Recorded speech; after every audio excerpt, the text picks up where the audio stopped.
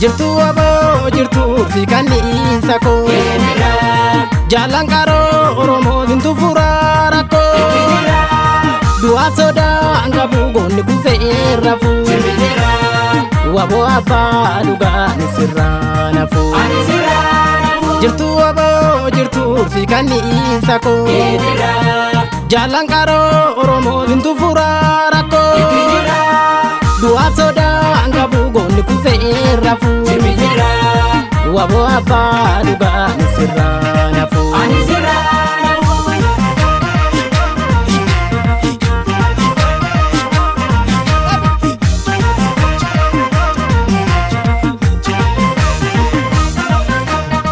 Kayo fambae mana idade damsa gotota yo manda kade jalkabe ma bana siraresa kilashi bombi nanguma basa warega muzikti dalo tamnuma akanurana leba gabruma galmi la febdi gani jarenjigu gumalu pulu nambaza nabu sanyi bachafte kanda jena garsu toltu zamatus kambirana kartu yo munji jiru kiya kayon toko sena jira talafa kabarako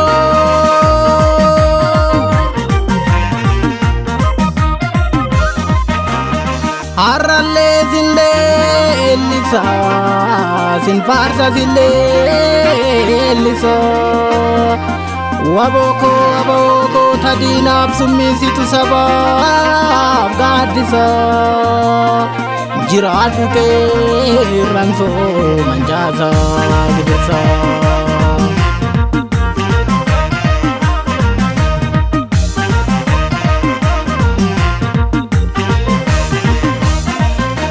malam le undugute birene vinai pari unda dina raigne yombine kabadene albeo vi karani imbuleo vi kalani ratun imbarerira akashiya walu jira beka beka duratu jalan ko sinamana katidin antabatu kabiyar kaniti marti ochi pokal terite rasa sumango gombisi yo martini dirisu tangil juga tuni namne araswa bonga dinjene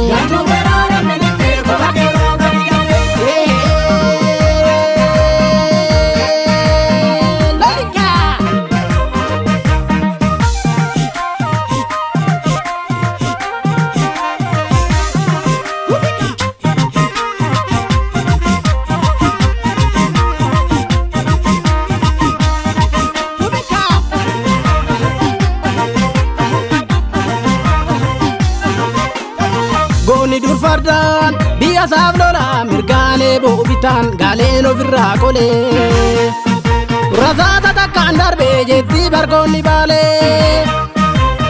kankale farra nabundu adda lamikof biyako senada kan dubbatu sabako goromiya bobono dadatu Oromia abdeden dua kalole ibungale vigura yodi kuanuriko ya darja unda sine kabiya bako kawe da balon kawe shaka jagidina ke kilenza pupeta asasa uskabaran illa tola kawabon ajese du murten inni murtese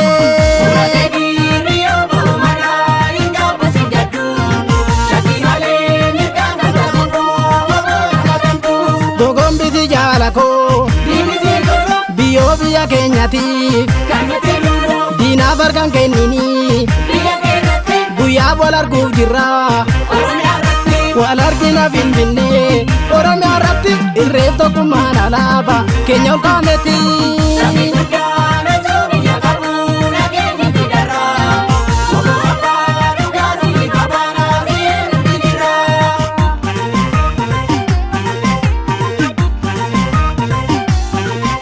Inabui mimana dadira gadamisa turase baramana njigne si vijara la fi kotin jabisi Kanaaf guutti haroon irrachuun ooltu abdiin qabdu fuuldura.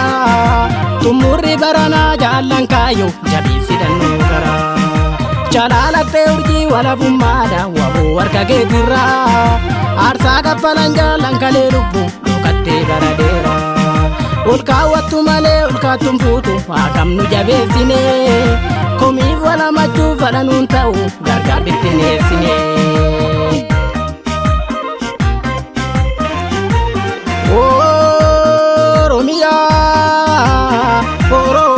Oromiyaa biyya gootaa fayyuu bokkuu gadaa bodaa biyya jaarsa qabu.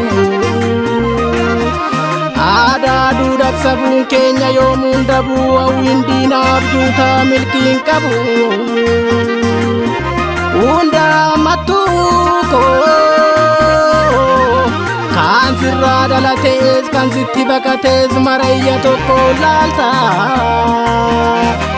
Galtuun bayyanannaa nu dhiibuuf dhiitattu. Osoo nuti jirru biyya abbaa keenyaa yoomillee nun naaltu. Jaallan biyyaaf sabaa jecha osoo kaatuu meeqa wareegame. Kan lubbuudhaan jirus meeqa